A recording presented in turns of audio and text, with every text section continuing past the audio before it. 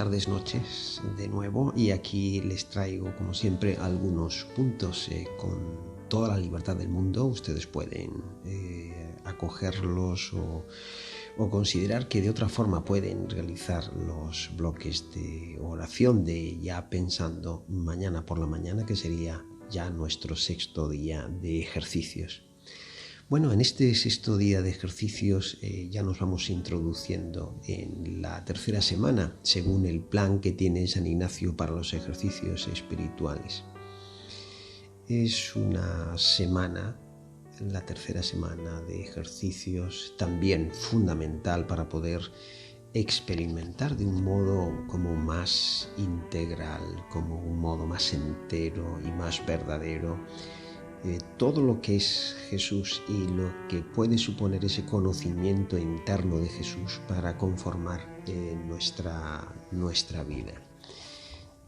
Siempre recuerdo a compañeros jesuitas muy experimentados en ejercicios que decían que por lo menos una vez al año teníamos que hacer un paso por la tercera semana de ejercicios, teníamos que hacer como una parada en la pasión del Señor, y que ahí sucedía algo fundamental para poder darle un color evangélico a la vida cotidiana durante el año. Bueno, pues la sugerencia es que nos adentremos en este momento un tanto difícil de convivir, de consentir con el Señor, por la dificultad que siempre tiene el vivir el dolor de los demás, pero les insisto, fundamental para poder asimilar ese dolor que tiene consigo el deseo de salvación de la humanidad. Bueno, pues la propuesta es que contemplemos la cena. Esa es la sugerencia para el bloque los dos bloques de la mañana de mañana. La cena, además dándole como dos perspectivas un poco complementarias, viendo el conjunto de los evangelios. Por un lado, les voy a sugerir que si contemplemos la conocida escena del lavatorio de los pies, que solamente es Juan quien la presenta, para luego asistir también contemplativamente a la institución de la Eucaristía.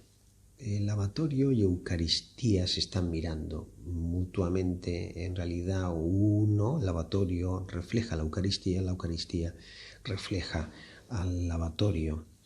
El pan partido y el vino derramado al final es igual a vida entregada para poder generar vida.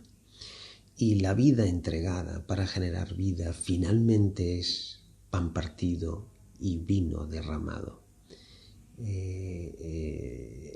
Lavatorio y Eucaristía están entonces mirándose y facilitando la lectura de uno y de otra, y mostrando así la humanidad de Cristo nuestro Señor. Bueno, pues la sugerencia es que nos metamos, por un lado, en el lavatorio de los pies, les insisto, y por otro, en la Eucaristía. En esta ocasión, la sugerencia es que nos metamos en la forma que tiene de narrar la Eucaristía, el Evangelio de Mateo. Empiezo entonces con el lavatorio de los pies. El gesto y alguna consideración sobre el gesto también, por si esto les puede ayudar. La tercera semana de ejercicios empieza con esta propuesta, con la propuesta de que veamos cómo Jesús se entrega a sus discípulos, dice San Juan, hasta el extremo, hasta el final. La pasión es la señal de que todo se ha cumplido, de que todo está finalizado. Es como si llegáramos a la expresión ya máxima de lo que quería indicar el amor de Dios desde el principio, en el momento que se encarna el Hijo. Entonces es el momento de la pasión inicial que representa el lavatorio, es como una clave de lo que ya se va a querer decir en cada uno de los instantes, de los episodios que se van ensortijando en la narración de la pasión. Y esa clave que explica todo es esa entrega absolutamente plena. Tuvimos un compañero jesuita muy joven que falleció por cáncer y realmente era una de estas personas especialmente cuidadas de Dios, con un carisma en concreto para expresar lo vocacional que llamaba mucho la atención. Y a propósito de esta forma de expresar cómo entender la existencia de Jesús como entrega hasta el extremo, hasta el final, él decía que había una diferencia infinita entre dar todo y darse casi todo. La distancia entre una y otra, entre darme todo y darme casi todo, él decía, la distancia es infinita. El Evangelio pide darse todo, exactamente como lo hace el Maestro y como así lo expresa a los discípulos en el lavatorio. El lavatorio es una forma muy cotidiana a la que se recurría para expresar hospitalidad en el momento en que vive Jesús. Es un gesto de hospitalidad que habitualmente lo realizaba una persona de condición inferior. En la cultura grecorromana era un esclavo quien hacía esto. En la cultura judía podía ser un esclavo pagano, podía ser una mujer respecto a su marido, o podían ser los hijos respecto a los padres quien realizaban este gesto. Tenía como muchos formatos, pero básicamente el concepto de fondo era el mismo. Un gesto de hospitalidad que realizaba alguien en principio inferior con respecto a la persona a la que se le reconocía superioridad. Esto ha traspasado ciertamente el tiempo y todavía sigue siendo un gesto de particular servicio cuando alguien lava a alguien, por ejemplo, cuando lavamos a un enfermo o cuando una madre o un padre lavan a su bebé. Es un gesto entrañable de verdadero servicio y de afecto. Bueno, pues San Juan de pronto nos narra que Jesús toma la iniciativa de este gesto para sorpresa total de sus discípulos. Es el Maestro quien asume esta simbólica de la hospitalidad. Es el Maestro que con todo lo que representa de autoridad entre ellos, se quita el manto, se quita el signo de su autoridad y de su dignidad personal, se ciñe la toalla, asume entonces la apariencia de un servidor, la apariencia habitual de un servidor, y entonces realiza este gesto. Con el tiempo fue evidente para los discípulos que Jesús había querido que retuvieran aquel gesto. Con el tiempo los discípulos entendieron que el Señor ahí no había realizado, algo relativamente anecdótico, sino que eso debería formar parte de la memoria colectiva de los discípulos. Era un gesto que Jesús quiso hacer para que no se olvidara por ningún concepto.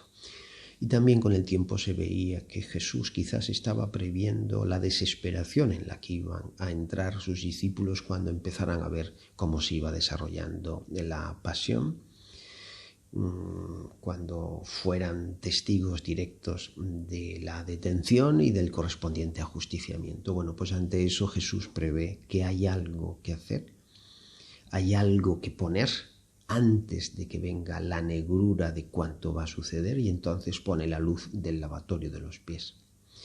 Esa luz es la que intenta atravesar por el Jueves Santo y por el Viernes Santo. Es la luz en medio de una negrura impresionante, de una negrura en donde se muestra la dificultad de la historia humana. Para ese momento, cuando Jesús hace el gesto, casi se podría decir, como intentando ver cuál es el ánimo de los discípulos, pues se podría decir que todos están viviendo un cierto descreimiento con respecto al Maestro. 3 años atrás, sí, habían creído verdaderamente que el Maestro los estaba enrolando en un proyecto sin límites, en un proyecto en donde era posible ejercitar la bondad sin ninguna frontera y además con un éxito relativamente asegurado. Pero paulatinamente ese proyecto fue perdiendo luz ante ellos, ese proyecto fue como ensombreciéndose porque iba creciendo paralelamente la obsesión por ellos mismos. Esa obsesión que los hacía centrar en sus propios intereses y no en los intereses de Jesús. En realidad, los discípulos, en el momento en que Jesús hace el lavatorio, casi como que ya no están pensando en lo común y ya reaccionan en general de un modo bastante mezquino ante cuanto va sucediendo. Y las reservas que tienen con respecto a su maestro son ya bastante grandes. Quizás el que demuestra más esta situación es Judas, pero en muy poco tiempo también lo iba a expresar Pedro. Es decir, en resumen, para cuando Jesús hace el lavatorio de los pies, casi se podría decir que ellos, los discípulos que habían creído en el amor con mayúscula, pues ahora dirían, bueno, ese amor con mayúscula es mucho más cuestionable, quizás ese amor no existe y puede ser una quimera. Tal era el momento crítico del grupo de discípulos. Es como si la comunidad estuviera en ese momento muy fragmentada y en crisis. Pues sobre ese trasfondo viene el gesto. Y el gesto es un gesto que necesita contemplación de nuestra parte. Es un gesto en el que casi se podría decir como que Jesús está sobreactuando. Intenta sobreactuar, marcando muchísimo el respeto y la deferencia que él tiene por cada uno de sus discípulos. Y lo intenta expresar limpiándoles los pies también a Judas Iscariote. Y siempre olvidamos la cadencia de esta escena. Decimos, bueno, Jesús limpió los pies al grupo de los discípulos, como así, resumiendo la escena, pero no deberíamos hacerlo así, sino que contemplativamente habría que respetar el ritmo lento de esta escena, porque Jesús lava como despaciosamente a sus discípulos los pies. Lava los pies a Pedro, a Andrés y Santiago, el mayor. Lava los pies a Juan, a Felipe y Bartolomé. Lava los pies uno a uno a Tomás, a Mateo y a Santiago, el menor. Lava los pies a Judas Tadeo, a Simón el Celote y a Judas Iscariote. Y la contemplación como que nos debería llevar justamente a uno tras otro de esos momentos, casi escuchando de alguna forma cómo el agua va cayendo en un tiempo muy largo, continuo y casi sacramental. Ese agua va cayendo en esa palangana que Jesús pone debajo de los pies de sus discípulos. No tiene prisa Jesús en hacer esto. No tiene en absoluto ninguna prisa porque quiere expresar a sus discípulos que Él está absolutamente por encima de los amores interesados que ahora existen en ellos. Y no solamente eso, ahora, sino que siempre fue así. Es decir, que su amistad en este momento de crisis de la comunidad, su amistad por ellos persiste. Exactamente tiene la misma intensidad que tuvo al principio. Y si está a los pies de sus compañeros es para decirles que Él se ha dado a cada uno de ellos totalmente. Fíjense en la mirada que Jesús hace a cada uno de ellos desde el suelo. La mirada es desde abajo hacia arriba. Y es como en esa mirada indicarles hasta qué punto Él ha llegado en su afecto y en su compromiso por ellos desde lo más hondo. Es una entrega sin reserva. Es una entrega en el que no hay deseo de retorno, en el que no hay pretensión en absoluta de reconocimiento. Como que los discípulos tienen que saber que Dios es quien se da todo y que por eso es precisamente Dios. Jesús les quiere mostrar las dimensiones, lo ancho, lo alto, lo profundo del corazón de Dios. Y tienen como que contemplar esas dimensiones del corazón de Dios justamente a través de un gesto que es particularmente escandaloso, de un gesto particularmente llamativo. Y que ese amor, a pesar de las dificultades que han vivido, ese amor persiste, ese amor ha aguantado, ese amor está en el momento más crítico de la vida común del Maestro con sus discípulos. Y allí lo están viendo. Ese amor ha venido para quedarse. Y así en realidad Jesús se lo dice a Pedro de un modo muy tajante. Pedro, ya sabemos, rechaza ese gesto y Jesús le dice, mira Pedro, no lo puedes rechazar, porque rechazándolo estás como situándote en un plano distinto de seguimiento en el que yo no estoy, al que yo no te invito.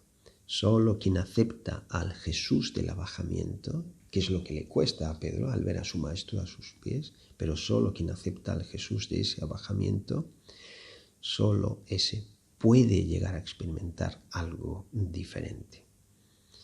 Y al mismo tiempo, así también le dice a los discípulos algo así como que, bueno, esto que estáis viendo no es simplemente un ejercicio de la memoria, como resumiendo lo que hemos vivido juntos, sino que esto es lo que tenéis que cumplir a partir de ahora. Felices vosotros si lo cumplís. Y el lavatorio de los pies se convierte así en la vía por la que la comunidad puede volver a restituirse. Como les decía, todo esto es tan denso que Jesús lo va haciendo y lo va manifestando de una forma que no quede en absoluto en el olvido. Y no debería quedar en el olvido de los discípulos, y ahora retomo el momento crítico que estaban viviendo, porque se ha producido el lavatorio de los pies. Justamente lo que se está queriendo decir es que el mundo es muy distinto precisamente porque se ha producido el lavatorio de los pies. Haciendo como un ejercicio de ciencia ficción, si pudiéramos imaginar un mundo en el que nunca hubiera pasado el lavatorio de los pies, entonces nuestra conclusión podría decir algo así, nuestra conclusión podría ser respecto a ese mundo, pues nada, vivimos un mundo en el que los amores son siempre cortos, en el que sí intentamos asegurar nuestras necesidades, en que, bueno, hay relaciones, hay entregas, pero no van a ser hasta el extremo, no van a ser hasta el final. Nuestras relaciones, nuestros compromisos serán lo justo. Nadie va a levantar excesivamente la voz por los que menos pueden, por los que no saben, por los que no importan, porque siempre nos quedaremos un poco antes de la entrega hasta el extremo. Siempre nos quedaremos un poco antes pensando en nuestros propios intereses. Siempre como que nos situaremos a la puerta de lo gratuito, pero no la atravesaremos. Un mundo así es el que nos sale si realmente en él no se hubiera producido el lavatorio de los pies. Pero Jesús lo hizo. El lavatorio finalmente lo hizo. En el fondo, con ello Jesús les dice a los discípulos que no, que el mundo no es un paisaje fracasado de amor, no es un mundo habitado por el egoísmo de todos los colores, personal, institucional, político, social y cultural. Jesús está allí para falsar esa idea, para destruir esa imaginación sobre lo que es la realidad, sino que más bien él dice, lavando los pies a sus discípulos, que recuerden que el amor con mayúscula, ese amor sorprendente, inesperado, ese amor continúa impulsando la historia. Entonces le sugiero otra posibilidad de contemplación, que sería ir a la institución de la Eucaristía tal como San Mateo la narra en su Evangelio. Sería nuevamente un complemento al lavatorio de los pies, darle como una vuelta al mismo acontecimiento, pero visto de otra forma. Simplemente quizás recordar que cuando lo hacemos así estamos respetando algo como muy central de la espiritualidad ignaciana. San Ignacio le tuvo una especial afición a lo que era la potencia del sacramento de la Eucaristía. Él hablaba en ejercicios, así lo expresa, de aquella grandísima señal de su amor, del amor del Cristo, del Señor. Entonces como que nos metemos en la institución de la Eucaristía, nos metemos en, como decíamos para el lavatorio, en un espacio de especial significado para el seguimiento, con una proyección digamos sin límite para precisamente ese seguimiento que queremos realizar. Bueno, pues desde ahí algunos subrayados. Lo primero, la Eucaristía revela a Jesús. La Eucaristía trasluce la vida de Jesús. En la Eucaristía Jesús se transparenta. Si queremos entender a Jesús, basta con ver la Eucaristía, con ver la institución de la Eucaristía en la última cena. Si queremos como afinar en lo que significa esa proexistencia de Jesús por la humanidad, vayamos a la Eucaristía. No hay otro sitio en que se delate más a Jesús como la Eucaristía. Desentraña lo que él vive por dentro, manifiesta sus sentimientos, expresa su compromiso por los discípulos y por la humanidad, pone palabra a su relación fundamental con el Padre. Los gestos que marcan la Eucaristía, las acciones, tomar, bendecir, partir, repartir, son los verbos de la vida de Jesús. Son los verbos con los que podemos narrar toda la vida de Jesús y podemos recordar todos los momentos de esa existencia tal como la manifiestan los evangelios. La Eucaristía en definitiva es Dios dándose y es el mundo recibiéndolo. El segundo apunte sería recordarnos que la comunión es transformación. La comunión es transformación. San Agustín decía, la Eucaristía es un banquete en el que comemos con Cristo, comemos a Cristo y somos comidos por Cristo. La comunión nos transforma justamente en el Señor. Comulgando nos cristificamos, diríamos en un lenguaje un poco más teológico.